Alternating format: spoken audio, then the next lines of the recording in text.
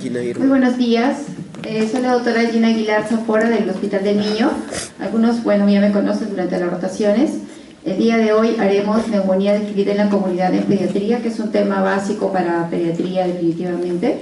Es lo que más vamos a tener en la consulta privada.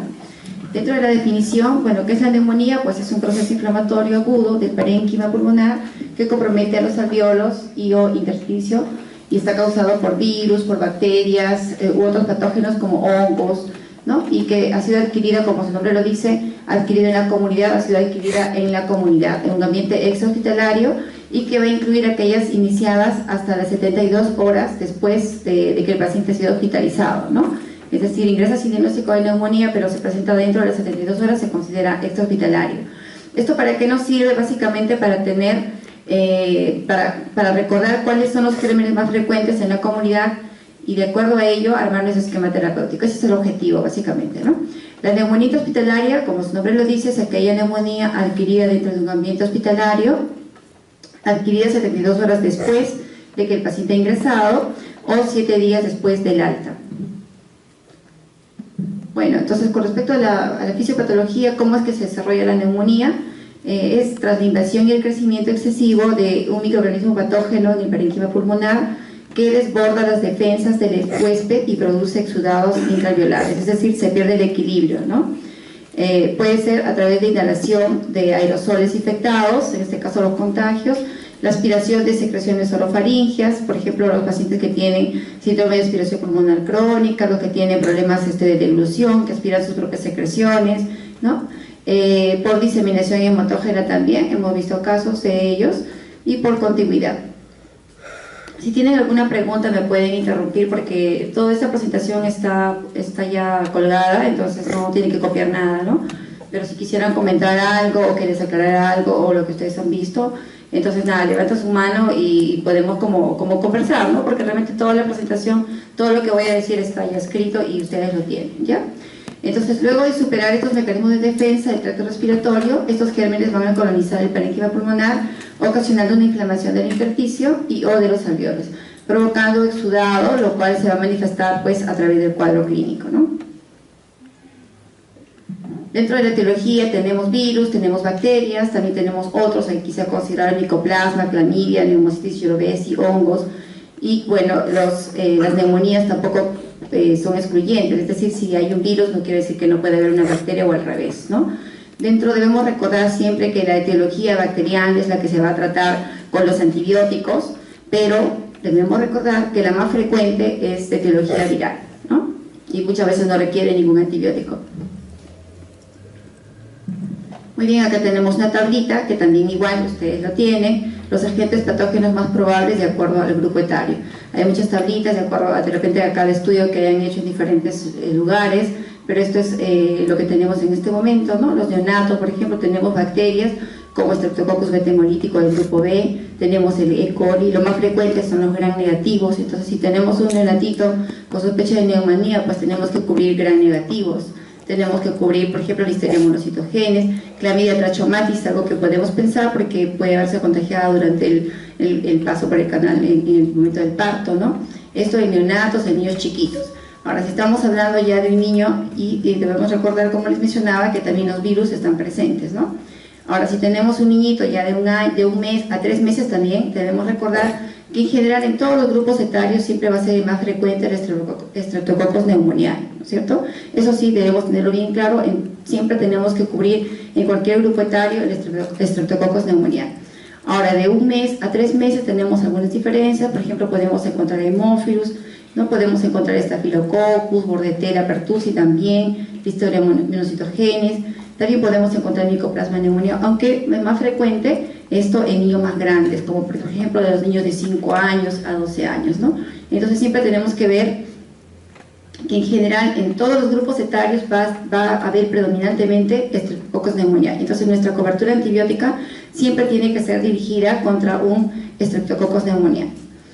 Ahora, si es un adolescente, pues es más probable que tal vez también podamos tener Mycoplasma pneumoniae, clamidia, ¿no? Los gérmenes atípicos. Si es un chiquito, si es un bebito, por ejemplo, nuevamente pensar pues en gram negativos, o por ejemplo, clamidia trachomatis, no puedes pensar en ningún grupo etario, ¿no es cierto? Ya, muy bien. Y también recordar que los virus siempre están frecuentes, ¿no? ¿Quiénes son los virus más frecuentes? El virus sistémico respiratorio, que tiene mayor...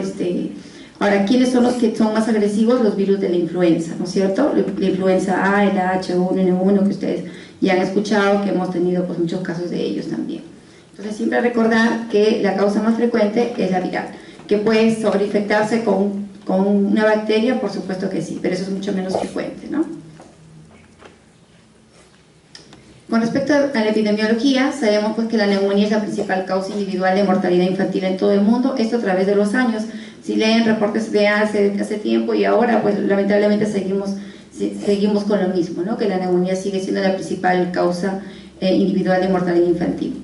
Y se calcula que la neumonía mató a unos 920.136 niños menores de 5 años en el 2015, lo que supone un 15% de todas las defunciones de niños menores de 5 años de todo el mundo. La neumonía va a afectar a niños y a sus familias en todo el mundo, ¿no? Nadie se excluye. Y bueno, va a depender también de los factores de riesgo. Tenemos factores medioambientales, sociales, por ejemplo, las familias que habitan en zonas con temporadas de bajas temperaturas, que hay mucho hacinamiento, ¿no? Sobre todo el hacinamiento, que es lo que va a propiciar el contagio de enfermedades respiratorias, ¿no? Enfermedades virales, bacterianas. Familias de bajo nivel socioeconómico que pueden conllevar finalmente, pues, de repente que no tienen acceso a salud, el mismo hecho del hacinamiento, el bajo nivel de instrucción de los cuidadores, porque hay familiares que de repente tú les puedes explicar y ni siquiera pues, pueden aplicar la dosis correcta. Les comento un caso que yo viví cuando estaba en el Serum, ¿no? Entonces vi una paciente que igual su hijito tenía neumonía, se le recetó su amoxicilina, que era para preparar, y en este caso pues la paciente no regresaba, como ahí normalmente en los lugares lejanos, más bien el personal tiene que ir a la casa de los pacientes a ver cómo van, ¿no? Entonces fuimos a la casa del paciente a ver cómo iba y nada, el bebito estaba mal, estaba con fiebre, y le dijimos, a ver, dame tu jarabe, que hasta dónde le estás dando, qué es lo que está pasando. Y cuando nos dio el jarabito, pues tenía la parte de abajo todo el polvito y encima estaba el líquido, o sea, el agua. Ni siquiera había tenido, lo había agitado, pero lo había agitado tan parcialmente que no había logrado diluir, o sea, a ese nivel podríamos llegar. Entonces, por eso es muy importante ver el grado de instrucción de los cuidadores, tenemos que ver, porque a veces son madres adolescentes. Otra vez. Corre, Jocelyn. Ahora sí. Bueno, entonces, como les comentaba, tenemos que ver el grado de instrucción de los cuidadores, ¿no? Porque también tenemos muchas veces madres adolescentes que no son, o no se hacen responsables, o de alguna forma pues no le dan el suficiente cuidado, ¿no? Y esto, estamos hablando de la madre o el cuidador, que a veces tampoco puede ser la madre, puede ser el padre o un familiar. Y el tema de las madres adolescentes, que apenas están dejando de ser niñas y no tienen esa, de repente, capacidad de poder cuidar a otro niño pequeño, ¿no? Ahora es importante también los estilos de vida e higiene, el CREF, que tenga sus vacunaciones completas. Si tienen pues su vacunación completa, probablemente pues sea un poco más alejado, por ejemplo, en este caso los neumococos, ¿no? Si tiene todo completo su cartilla de vacunación. También es importante la práctica inadecuada de lavado de manos, porque normalmente es difícil que una persona que esté con tos le vaya a toser al niño, ¿no? Pero muchas veces se protege con la mano, se toca la nariz con las secreciones y con esa mano, sin haberse lavado, lo toca el niño y de esta forma como usualmente puede contagiarlo. La ausencia de la lactancia materna exclusiva, ya mucho se ha dicho en la práctica lo importante que es la lactancia materna exclusiva, ¿no? Incluso se menciona que tiene un efecto protector contra el virus sincicial respiratorio, por eso es que estos niños tienen menos posibilidades en todo caso de tener problemas, ¿no? Cuando tienen lactancia materna exclusiva. La vacunación, lo que he mencionado, el contacto cercano con personas que estén enfermas, que tengan neumonía, porque pues si viven sobre todo en un hacinamiento, sin medidas de higiene, va a haber posibilidades de contagio, ¿no? Que el aire doméstico esté contaminado, que haya humo, que haya leña, combustible, porque esto va a disminuir, de alguna forma va a alterar la clearance pulmonar, y lo cual va a condicionar a que haya mayor posibilidades de infección. El tabaquismo pasivo también, que felizmente en nuestro país no hay tanta frecuencia, pero igual es considerado también como un factor, ¿no? Y finalmente los factores también relacionados a la misma persona, es decir, quienes tienen más riesgo de tener neumonía, pues los niños que tienen bajo peso al nacer, que son prematuros, ¿no? En general todos los niños menores tienen más posibilidades porque tienen un sistema inmunológico que aún está en desarrollo y no son capaces muchas veces de controlar las enfermedades y pueden llevar a neumonías, no solamente neumonías, sino neumonías graves, ¿no? Los niños que están desnutridos, la desnutrición es un factor que puede condicionar también a mayores infecciones, la anemia en cualquier grado de ello, ¿no? Porque esos pacientes tienen un grado de inmunodeficiencia, no tienen proteínas. Inclusive ustedes recordarán que cuando ya el paciente recibe el tratamiento, por ejemplo la vancomicina requiere de que haya proteínas para su traslado, para su transporte, y si no lo hay, pues no va a haber un buen resultado, ¿no? Las comorbilidades, evidentemente, las enfermedades crónicas, los que tienen inmunodeficiencia, los pacientes en el hospital hemos tenido niños con inmunodeficiencias severas, innatas, las que tienen totales, pues sabemos que la mortalidad es alta y esos niños no llegan al año de vida, ¿no? Algunas inmunodeficiencias parciales, de repente sí, también hemos tenido niñitos de meses que ya de repente han tenido 2 o 3 episodios de neumonía. ¿Por qué? Porque no tienen las defensas adecuadas, ¿no? Entonces, si tenemos un niño con comorbilidad, evidentemente estamos en un factor de riesgo importante. Dentro del cuadro clínico, pues cómo se manifiesta, lo que ustedes siempre han visto, los signos más comunes, cuáles son: tos, fiebre, respiración rápida, que en este caso es la taquimia. Entonces, son los signos y síntomas principales que ponen en su historia clínica cuando viene un niño con neumonía, ¿no? Ahora, dependiendo del compromiso también, ya puedes encontrar de repente tiraje, puedes encontrar trastorno de la conciencia, va a depender de qué tan grave es el paciente, ¿no?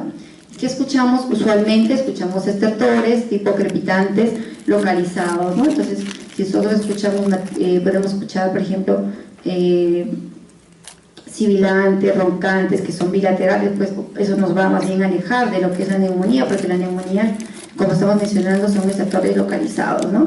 Podemos encontrar también matidez, submatidez, dependiendo de que si también esta neumonía puede estar asociada a un derrame pleural. Podemos encontrar, por ejemplo, el soplo tubárico, frenito vocal aumentado, dependiendo de, como les menciono, del estadio, ¿no?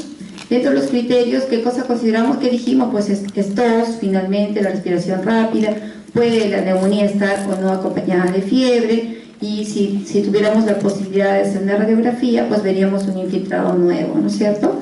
Y tenemos acá, bueno, es una tablita para que ustedes recuerden cuáles son los valores normales en los niños menores de 2 meses, valor normal menor de 60, si tenemos más de 60 ya estamos considerando respiración rápida, de 2 a 12 meses 25 a 40 respiraciones por minuto como normal, y de 50 más ya consideramos taquipnia, y los niños de 1 a 5 años se considera de 20 a 30 respiraciones por minuto, y más de 40 recién se considera respiración rápida, ¿no? ¿Tienen alguna pregunta, algo que quieran comentar, chicos? Porque es un tema que vemos el día a día, todo el tiempo nos enfrentamos a niños que probablemente tengan neumonía y nosotros necesitamos de repente las herramientas para poder dar un inicio a un tratamiento temprano, ¿no es cierto?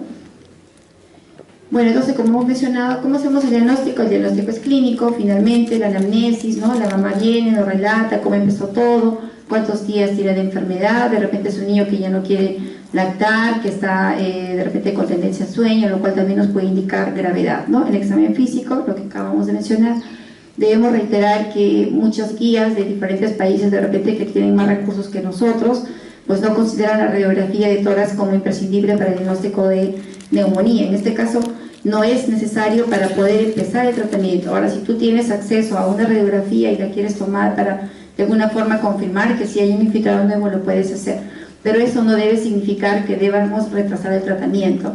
Les comento porque en algunas ocasiones ha llegado pacientes al hospital con su hoja de referencia, dice, le mandamos, ¿para qué viene la señora? ¿Para qué? Porque le están pidiendo una radiografía, y como en el puesto de salud no tiene radiografía, entonces lo están refiriendo para que le tomen su radiografía y que con eso recién va a ser diagnosticada y ahí recién va a empezar el tratamiento, y eso no es así.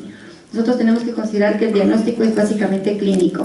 Si tenemos una sospecha alta, debemos empezar el tratamiento sin necesidad de tener la radiografía. Ahora, si tú la tienes, bueno, si le tienes acceso, le tienes a la mano, perfecto. Porque también debemos recordar que hay algunos infiltrados neumónicos que tampoco se pueden traducir en la radiografía en etapas iniciales, ¿no? Entonces no es indispensable, y lo dicen en todas las guías de países que de repente tienen un mejor sistema económico, un sistema de salud básicamente, ¿no? Que tengan todos los recursos.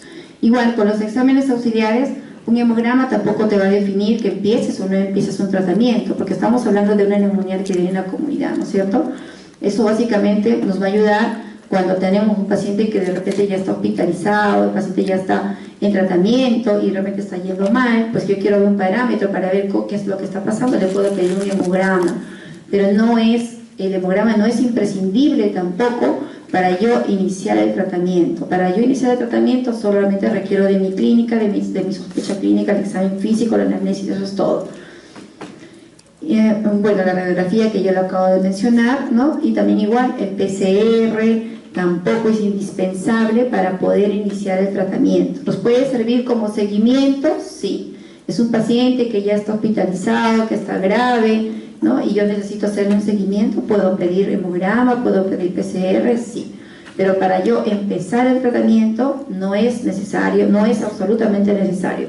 Les digo eso porque ustedes dentro de poquito van a ir al internado, después van a ir al SERUM, que va a ser su primera experiencia como médicos y van a estar de repente con esa duda. No tengo mi placa, ¿le empiezo o no le empiezo antibiótico? Ya saben que sí tienen que hacerlo porque eso lo avala toda la guía. Y al contrario, si no le empiezas el tratamiento, de repente por ahí hay un juicio, una demanda y todas las guías internacionales lo refieren. No es imprescindible para iniciar un tratamiento, ¿ya? Eso le estoy hablando bastante de ello porque siempre hay mucha controversia con ello, incluso en las guías nacionales, que si la ponemos, que no la ponemos, siempre hay mucha controversia en ello, ¿no?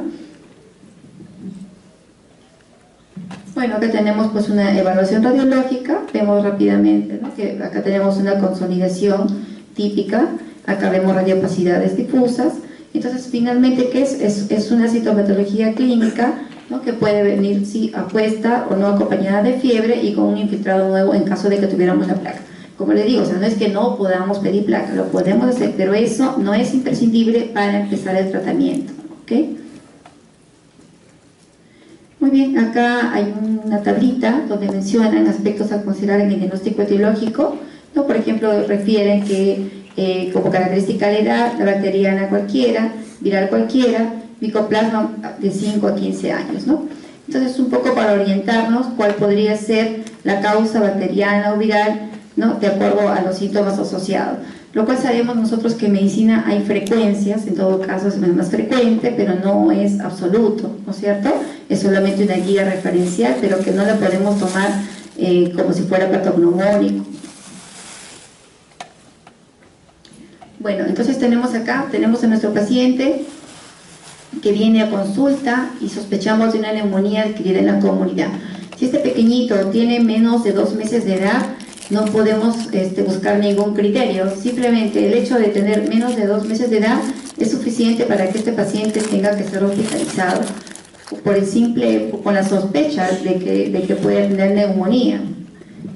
Eso tenemos que tener en cuenta porque es un grupo de riesgo muy grande, entonces no es que voy a ver cómo responde, no, si simplemente tiene menos de 2 meses tienes que hospitalizarlo, ahí lo dice en la tablita, ¿ya?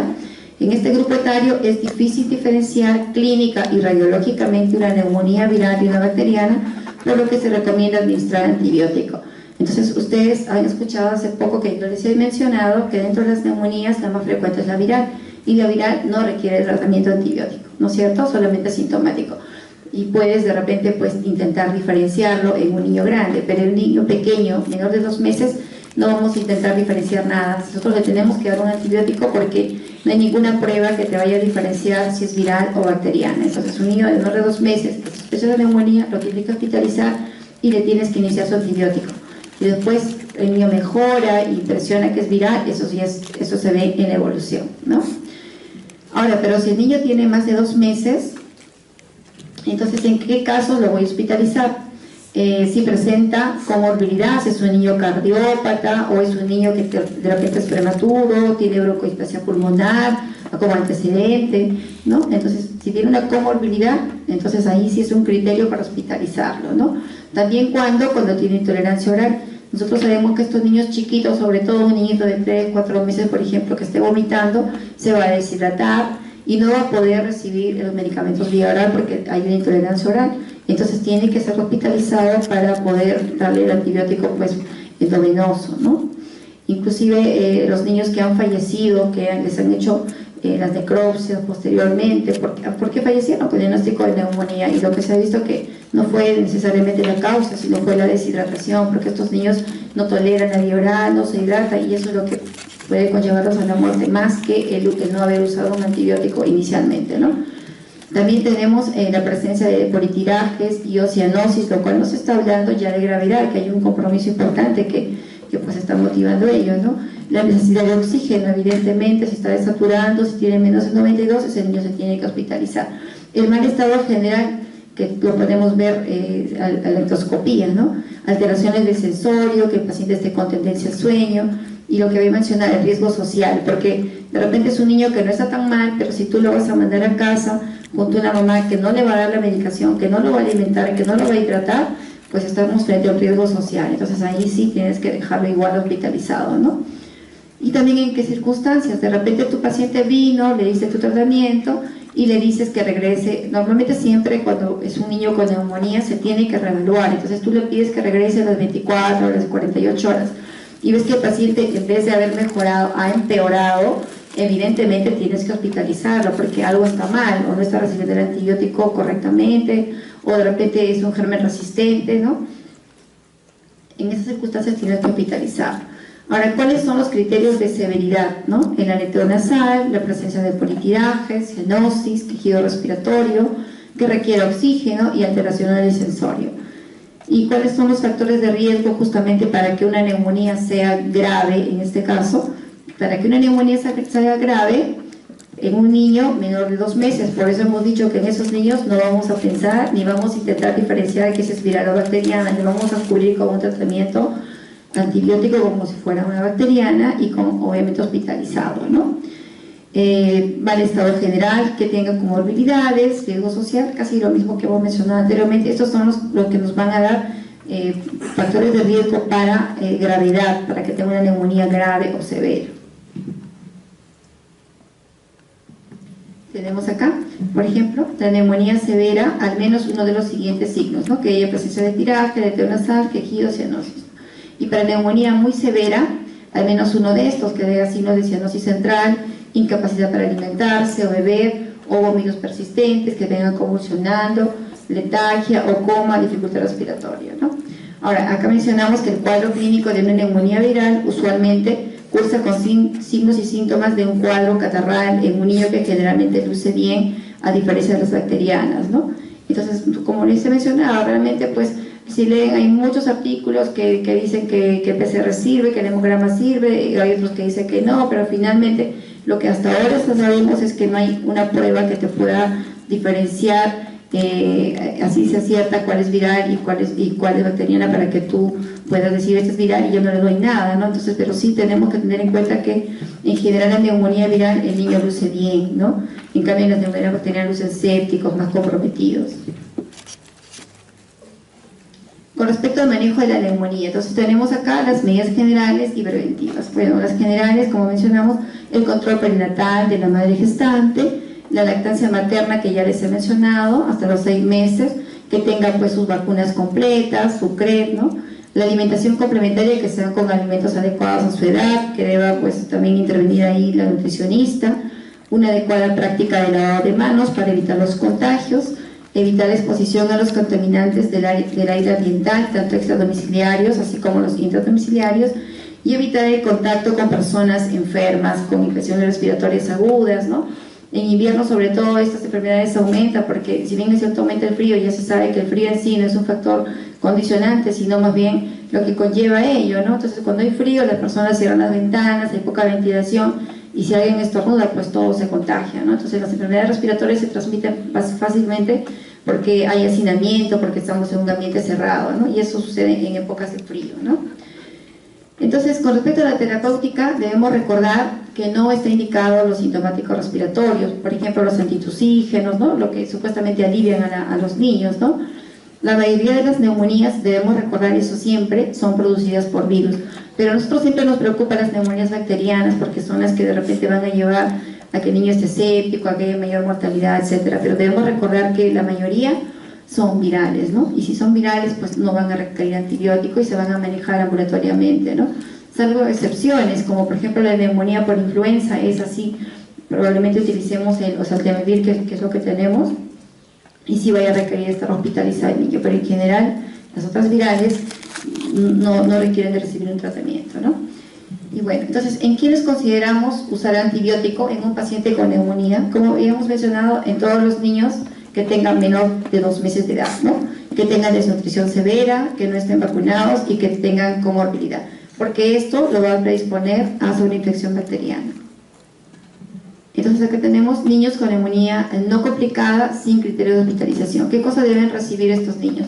Entonces un niño que no tiene neumonía complicada y no tiene un criterio de hospitalización, que significa que va a recibir en su casa un tratamiento ambulatorio y tiene que ser supervisado, ¿no es cierto?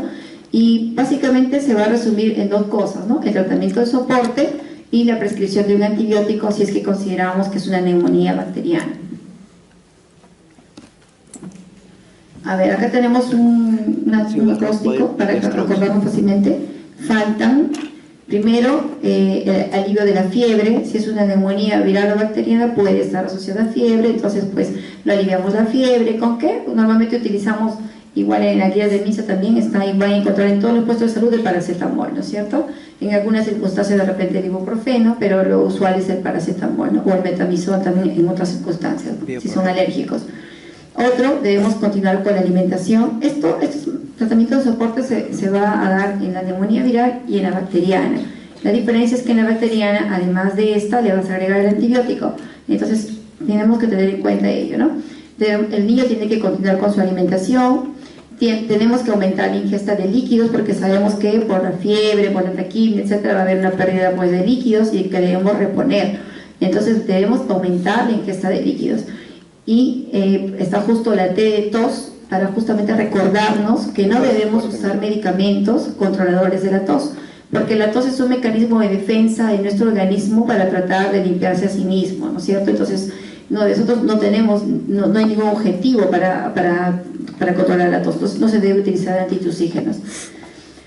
Y debemos reconocer los signos de alarma, reconocimiento de los signos de alarma, que esto es lo que nosotros le vamos a explicar a la mamá para que se lleve al niño a su casa, ¿no? Porque estamos hablando de un tratamiento de soporte, que es un niño que va a ser manejado en su casa. Entonces tenemos que explicarle eso a la mamá, explicarle cuáles son los signos de alarma, que aumente la frecuencia respiratoria, ¿no? Que haya el tiraje, tenemos que explicarle a la mamá, o que el bebito ya no quiera comer, que esté vomitando, que hay un compromiso del estado general en cualquier momento, que no pueda dormir o que tenga pues más bien tendencia al sueño, ¿no? Y que persista la fiebre o empeoramiento del cuadro clínico. Entonces nosotros, en resumen, cuando le decimos a la mamá, señora, usted se va a llevar a su casa a su niño, le puedes explicar esto, ¿no? Pero a veces las mamás se olvidan, dicen cómo es la frecuencia respiratoria, cómo es el tiraje, ¿no? Entonces lo más práctico que siempre le decimos a las mamás es que simplemente, así como está tu hijito, tú lo ves peor, lo tienes que traer en cualquier momento, ¿no? Tampoco no a las 48 horas, porque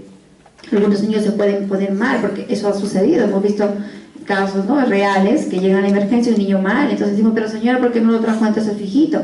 No, porque yo lo llevé ayer, ¿no?, mi puesto de salud y me dijeron que esperé 48 horas y todavía no han pasado las 48 horas, entonces yo pensé que era parte, dice la señora. Entonces hay que explicarle que a la percepción del padre, que si lo ve pues a su hijito peor, bajo su percepción, más agitado o lo que fuere, o que no quiere comer, también hay que mencionarlo, lo tiene que traer en cualquier momento, ¿no? No necesariamente tiene que esperar las horas, las 24, las 48 horas, en cualquier momento simplemente, ¿no?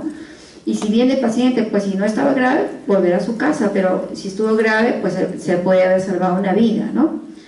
Y N de limpieza de fosas nasales, ¿no? Parece algo tan trivial, tan simple, pero es muy importante porque sabemos que los niños pequeños con la anatomía que tienen, que es diferente, entonces ellos tienen una respiración básicamente nasal, no saben respirar por la boca, los bebitos sobre todo, están que se ahogan. La mamá viene de emergencia porque mi bebito se ahoga, pero no es que se está ahogando, simplemente que tiene la nariz tapada y como el niño no sabe aún tener respiración bucal, entonces pues está literalmente ahogando, ¿no?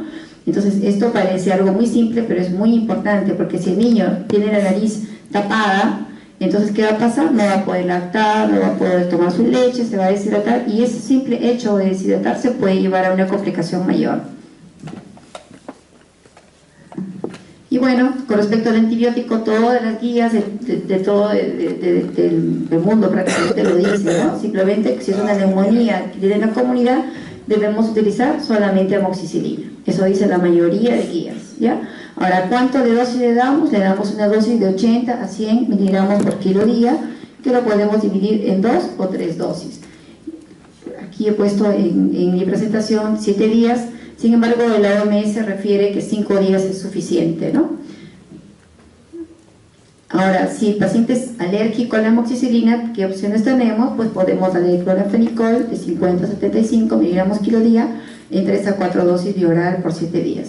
Por algún motivo el cloranfenicol en los últimos años ha sido poco usado, por lo cual ahora se ha visto que en los últimos estudios pues tiene una alta sensibilidad, ¿no? En cambio la que tiene una alta resistencia es la citromicina, que ha sido usada a pastos por todo el mundo, y bueno, en este caso estamos hablando de Perú, ¿no? Que todo el Perú prácticamente lo ha usado, la citromicina, y tenemos más de un 70% de resistencia al neumococo de la citromicina, ¿ok? O sea, la citromicina sí te puede servir para un germen atípico, para un micoplasma, para una bordetela, ¿no? Pero para el neumococo específicamente hay más del 70% de resistencia, entonces hay que pensarlo 2 veces. Si es que estamos pensando en neumococo, no va a ser nuestro medicamento de elección. ¿Cuál podría ser? Cloranfenicol, que tiene pues más de un 80% de sensibilidad. Entonces estamos, ¿por qué? Probablemente porque hemos estado usando poco a través de estos últimos años, y ahora pues en la última guía nacional está puesta el cloranfenicol como una de las alternativas de primera elección. Entonces, chicos, si tienen sospecha de neumonía, están en su puesto de salud, no te van a hacer bolas, solamente le van a dar su amoxicilina, porque están pensando que es un germen de la comunidad, ¿ok? Ahora, pero si es un niño que tiene cofactor, comorbilidad, pues ahí sí lo tienes que derivar, su cardiópata, etcétera, pues ahí sí lo tienes que derivar, ¿no? Pero si estamos hablando de un eutrófico, es amoxicilina y no va a haber ningún otro problema. Y lo que es importante es el seguimiento, ¿no? Entonces aquí he puesto evaluar a las 48 horas, que es el promedio, pero siempre reiterarle, como les mencionaba a la mamá, que en cuanto usted lo vea mal a su hijito, en cualquier momento lo tiene que traer, porque a veces las mamás pues nos toman nuestras indicaciones así al pie de la letra, y de verdad su niño está mal y no lo traen porque dice falta las 48 horas, ¿no? Ahora, si el cuadro clínico pues empeora, entonces, ahí está, lo puse, si el cuadro clínico empeora, acudir en cualquier momento al establecimiento de salud, ¿no? Aunque no haya pasado sus 48 horas, ¿ya? Ahora, signos de alarma, lo que les he mencionado, que la fiebre persista, una fiebre alta, más de 38 grados, que tenga dificultad para respirar. Eso es lo que nosotros le decimos a la mamá, ¿no? Señora, que su hijito tiene dificultad para respirar, si no come, no tiene líquidos, que no mejora o simplemente está empeorando, que tenga mala apariencia en general, ¿no? Un niño irritable, somnoliento, que es finalmente lo que nosotros vemos cuando llega un niño a la emergencia. Recordar que la presencia de fiebre como único factor no es un criterio de gravedad ni de hospitalización, salvo antecedentes de convulsiones febriles. No debemos recordar eso, porque muchas veces todo el mundo se alarma por la fiebre, o al revés, el niño está somnoliento, no come nada, dice, pero no hace fiebre, entonces que se vaya a casa. Entonces recordar que la fiebre pues no debemos darle tanto valor así, ¿no? Bueno, entonces lo controlamos al paciente a las 48 horas, si la evolución es favorable, ¿qué vamos a hacer? Bueno, señora, su hijito está mejorando, entonces usted se lo puede llevar a su casa y complete su tratamiento de 7 días. 7 días hemos puesto, pero reitero que en la OMS han puesto 5 días, pero también hay que recordar que en la OMS los criterios para el diagnóstico de neumonía, pues básicamente es respiración rápida, básicamente, ¿no? Y hay muchos que entran en ese grupo que de repente no son neumonía realmente, ¿no? Porque a ellos refieren que les ha ido bien con 5 días.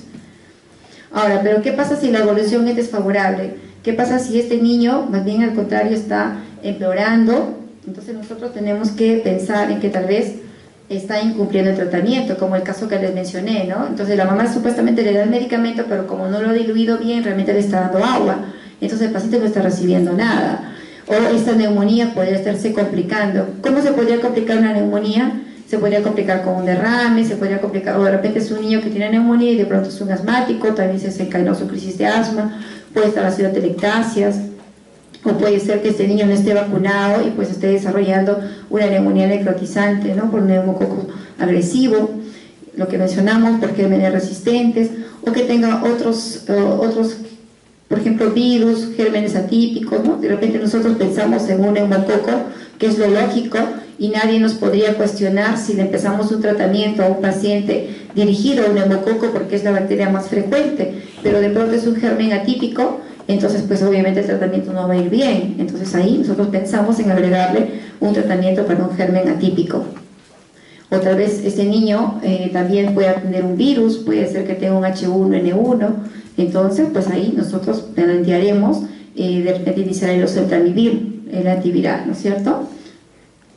Muy bien, entonces Entonces, si sospechamos que este niño está yendo mal, pues hay que pensar en todas esas posibilidades, ¿no? Bueno, sospechamos en que es un germen atípico, podemos utilizar la eritromicina, la claritromicina y la acitromicina a las dosis que mencionamos. Casi todo el mundo le da acitromicina. ¿Por qué? Porque es fácil, pues se le da una sola vez al día y la mamá no tiene que pelearse con el bebito y también te va a cumplir el tratamiento. Pero como hemos mencionado, el tanto usar acitromicina, estamos haciendo que la resistencia a neumococo específicamente sea tan alta, que es más del 70%. Muy bien, entonces tenemos acá la neumonía no complicada con criterio de hospitalización. ¿Cómo podría ser? También igual puede haber un niño que tenga una neumonía que no está complicada, pero que tiene un criterio de hospitalización. Y lo mismo, ¿no? Siempre nosotros manejamos el tratamiento de soporte y la prescripción de un antibiótico. Igual, si es una neumonía viral, ¿qué cosa indicaríamos, chicos? Solamente el tratamiento de soporte, ¿no? O sea, falta que les dije, ¿no? Manejan la fiebre, la alimentación, tienen que hidratar al niño, tienen que ver que su nariz respire bien, que no le den ningún antitusígeno, porque eso más bien al contrario, los antitusígenos pueden incluso deprimir al niño, puede mantenerlo más somnoliento todavía, más dormido todavía, ¿no? Y si ya pensamos en que es una neumonía adquirida en la comunidad, pues ya sabemos nuestra amoxicilina. Si es alérgico a la amoxicilina, ya hemos mencionado las opciones, el clorfenicol, por ejemplo, o en este caso puede ser también un macrólido, ¿no? Ahora tenemos acá un paciente que sí requiere hospitalización. Entonces estamos frente a varios escenarios. Hemos estado hablando de niño ambulatorio. Ahora, ¿qué pasa con el niño que requiere hospitalización? Entonces, ¿para qué lo vamos a hospitalizar? ¿Por qué? Porque hemos dicho, ¿por qué lo hospitaliza? Porque de repente el niño no está alimentándose, entonces de repente va a requerir pues una alimentación parenteral o una hidratación endovenosa, va a requerir que yo le pase el antibiótico por la vena porque no me está tolerando. O sea, ¿cuál es la razón por la cual hospitalizo a mi paciente, no? Puede ser para el manejo de la fiebre, administración de oxígeno si está desaturando, porque el hecho pues, de estar desaturando también te va a llevar obviamente pues, a la cianosis, de quejido. Ahora también para un soporte hidroelectrolítico, de repente hay que hidratarlo, hay que darle un soporte nutricional. Entonces tengo que manejar cuál es la razón por la cual yo he hospitalizado a mi paciente. Y acá escogemos los antibióticos del paciente que ya está hospitalizado. Estamos hablando de un niño que tiene una neumonía pero que no está complicada, pero que sí tiene criterio de ser hospitalizado. ¿Por qué? Porque requiere oxígeno, requiere hidratación endovenosa, porque requiere alimentación, ¿no es cierto? Y acá pues el antibiótico que vamos a escoger, como les había mencionado, en un niño menor de 2 meses siempre le vamos a dar antibiótico, siempre, ¿ya? Aparte de las medidas de soporte, ¿no? Entonces acá tenemos como primera línea, igual, todas las guías lo mencionan, todas las guías internacionales que ustedes puedan leer lo menciona, la ampicilina, gentamicina o amicacina, la combinación, ¿no? Ampigenta o ampiamica, ¿no? Y de segunda línea tenemos cefotaxina más ampicilina.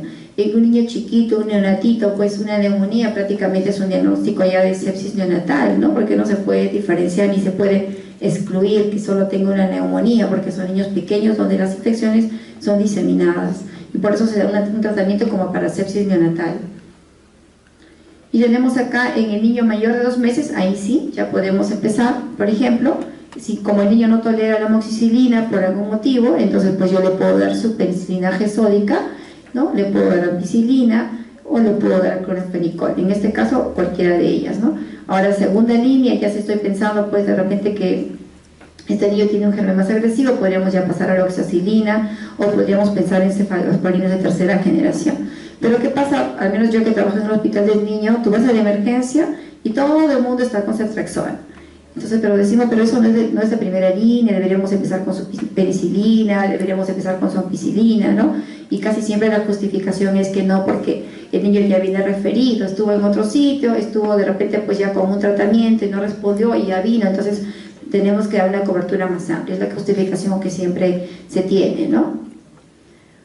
Bueno, ahora igual, tu paciente, tú ya lo hospitalizaste, pero no tenía factor para pensar que tuviera una neumonía complicada, ¿no es cierto? Entonces lo hospitalizaste, tu niño ya de repente al segundo día, al tercer día, ya tú lo hospitalizaste porque no toleraba la vía oral, por ejemplo, ahora ya tolera, entonces ya lo puedes dar de alta, ¿no?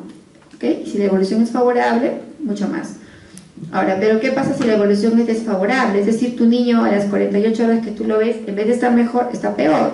Entonces, ¿qué cosa vas a pensar? Que de repente es una neumonía que ya se te está complicando. De repente está haciendo un empiema, o ha hecho un neumotórax, ¿no? O es una neumonía necrotizante que empezó de repente a haber focos de necrosis. Puede ser una neumonía por gérmenes atípicos, o como les había mencionado, de repente no es un neumococo, simplemente puede haber un virus adicionalmente, entonces este niño ya está yendo mal. Entonces ahí sí es obligatorio que le pides la radiografía de tórax. Es necesario, acá se dice, ¿ves? Si la evolución es desfavorable, reevaluar y considerar, porque ¿cómo te vas a dar cuenta si hay un derrame o se está complicando, o si de pronto era unilobar y ahora es multilobar con una radiografía? Ahí sí es necesario que le pidas la placa, porque tu paciente ya está hospitalizado. Ya, ahora, ¿cómo se puede complicar una neumonía? Se puede complicar con un derrame pleural, que es lo más frecuente, ¿no es cierto? Puede ser con una atelectasia también. Las neumonías asociadas a atelectasia son muy frecuentes, sobre todo en los niños pequeños, porque recordarán ustedes pues, que la anatomía de un niño pequeño es totalmente diferente a la de un niño grande y a la de un adulto, ¿no? Todas sus estructuras son mucho más pequeñas. Incluso estábamos hablando con mi grupo hace poco sobre atelectasias, ¿no? Que es muy frecuente en los niños.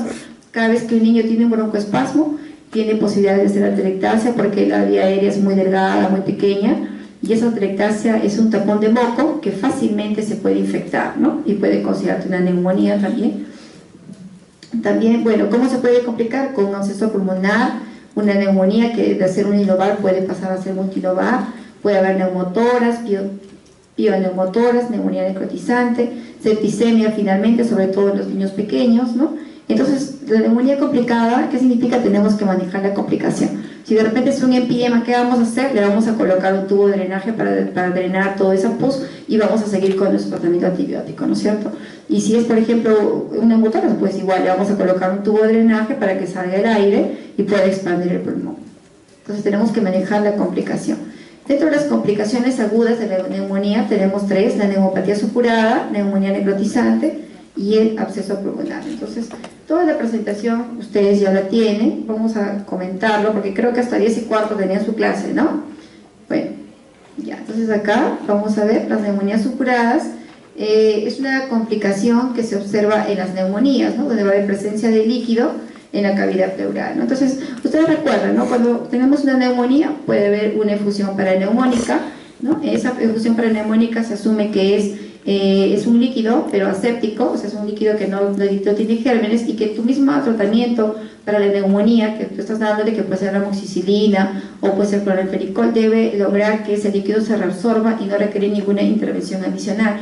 Pero ahora, si este líquido sí se contamina, es decir, si tú sacaras este líquido encontrarías gérmenes, entonces estamos hablando de un empiema. Entonces ahí tú tienes que drenar, entonces tienes que dejar el antibiótico, y a la vez también tienes que drenar esa secreción purulenta, ¿no es cierto? En estas circunstancias vamos a pensar, ya no vamos a pensar que es un neumococo solamente, podríamos pensar que es de repente un estafilococo, pero siempre, como les había mencionado, el estafilococo en neumonía siempre es el más frecuente.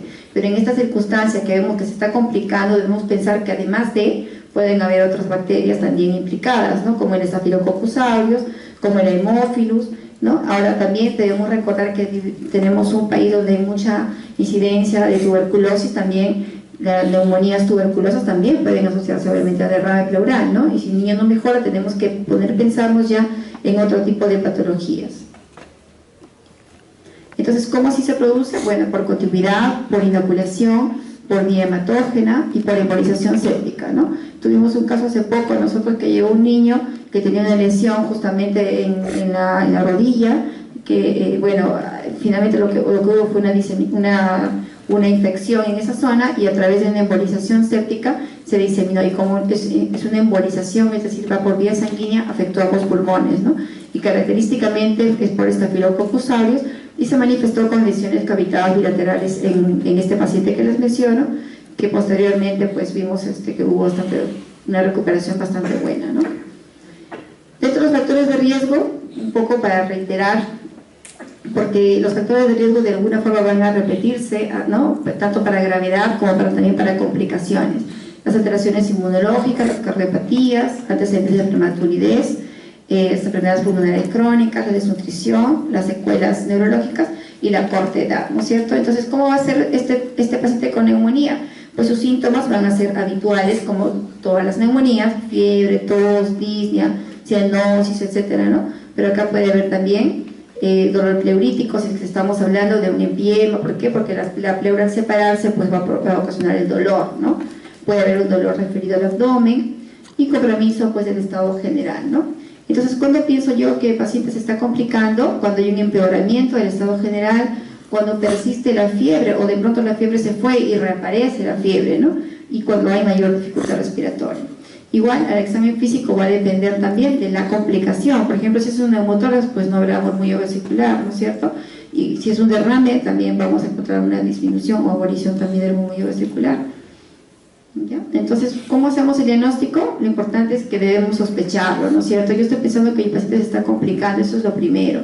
Y como les he mencionado, si el paciente se está complicando, estás pensando en una neumonía complicada, ahí sí es necesario que pidas una radiografía de tórax, no solamente incluso una radiografía, puedes pedir también una ecografía, porque si estamos pensando que es un empiema, la ecografía nos va a decir si ese líquido está libre o ya está tabicado o ya está organizado, y de acuerdo a ello vamos a tomar la decisión. Si está libre, pues podemos drenarlo, ¿no?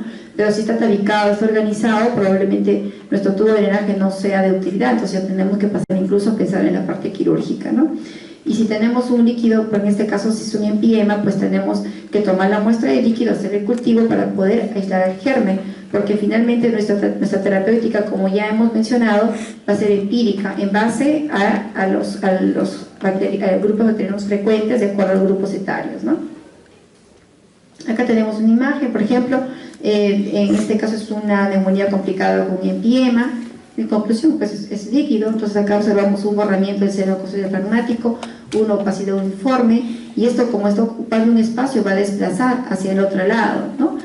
¿Cómo te das cuenta que esto no es una telectasia? Porque la telectasia sería diferente. La telectasia tracciona las estructuras adyacentes, entonces esta silueta cardíaca debería estar desplazada hasta por acá. Esto más bien al revés, está haciendo un efecto mecánico, más bien está desplazando hacia el otro lado, ¿no? Y los espacios intercostales también se pueden ver pinzados, por ejemplo, en una telectasia. Entonces son signos que también en la práctica lo hemos conversado, que nos ayuden a diferenciar, porque tú ves finalmente una radiopacidad. Ahora, si tienes una duda existencial y nada te aclara, pues puedes utilizar también tu ecografía y eso te puede decir es líquido o es parénquima simplemente, ¿no? Si es líquido, pues tenemos que tomar la muestra para poder saber si es un empiema. Si tú tomas la muestra, ves que es pus y no tienes más que pensar, en ese momento tienes que colocar el tubo de drenaje, ¿no es cierto? Muy bien.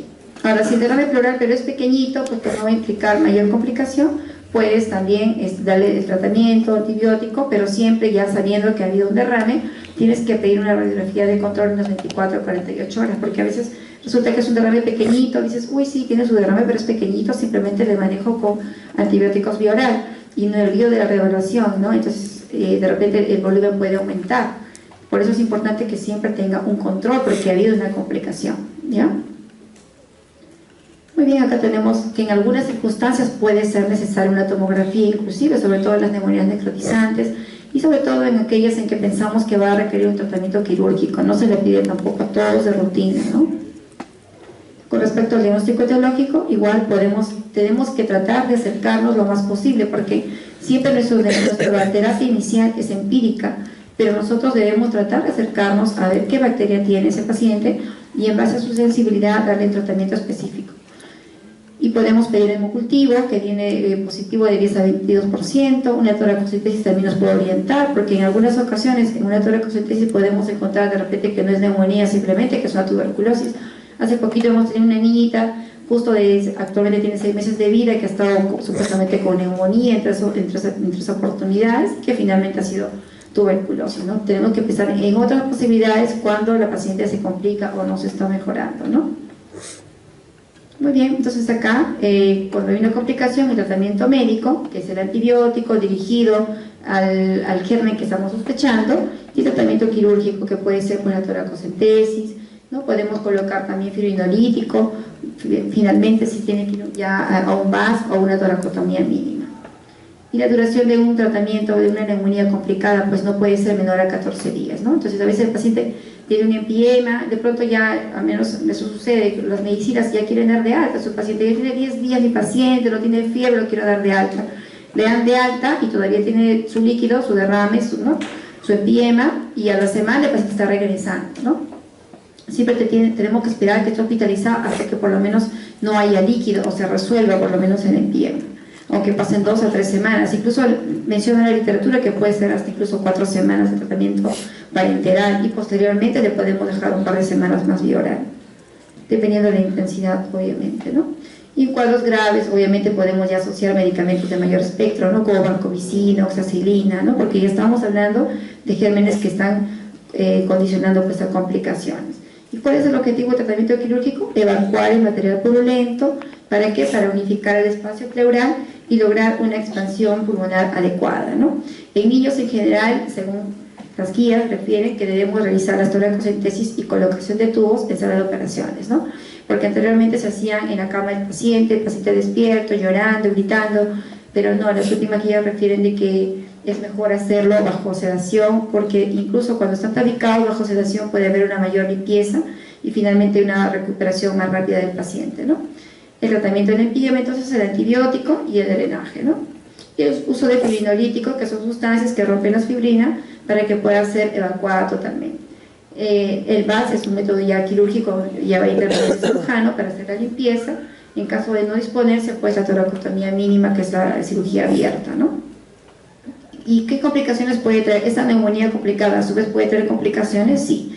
Por ejemplo, las fístulas broncopleurales con pioneumotoras, puede también llevar a la taquipleura, que significa que esa pleura infectada pues se va a organizar todo, va a ocasionarse un engrosamiento, y eso es perjudicial para el paciente, sobre todo porque está en crecimiento, porque es como una coraza que no permite que el pulmón siga creciendo apropiadamente, ¿no? Y si no crece, pues ya luego conlleva pues escoliosis, a otras complicaciones, ¿no? O que tengan también bulas. Hay niños que se quedan después de una neumonía complicada con tremenda bula que puede, en cualquier momento puede romperse y puede provocar una hemotórax. Entonces nosotros en esa ocasión esperamos a que el paciente reduzca la bula o de lo contrario tratamiento quirúrgico, ¿no? Porque tampoco lo podemos dejar de alta porque sabemos que eso se puede romper en cualquier momento y puede ser una hemotórax. ¿Ya? También accesos pulmonares y la bacteriemia, pericarditis, que también hemos tenido por continuidad, ¿no? Muy bien, entonces finalmente, bueno, el manejo del absceso y la neumonía necrotizante en general y básicamente el tratamiento antibiótico. Gracias. Okay. ¿Tienen alguna pregunta, alguna cosa que quisieran comentarme? No sé, porque es un tema que siempre vamos a ver y lo vemos todo el tiempo, ¿no? Sobre todo la diferencia de que si es viral, bacteriana, a veces no se puede diferenciar, justo me decían en la práctica si es una bronquiolitis o si es una neumonía, ¿cómo le podemos diferenciar? No sé si tienen algún comentario con respecto a ello o de lo contrario para dar ya culminada la clase.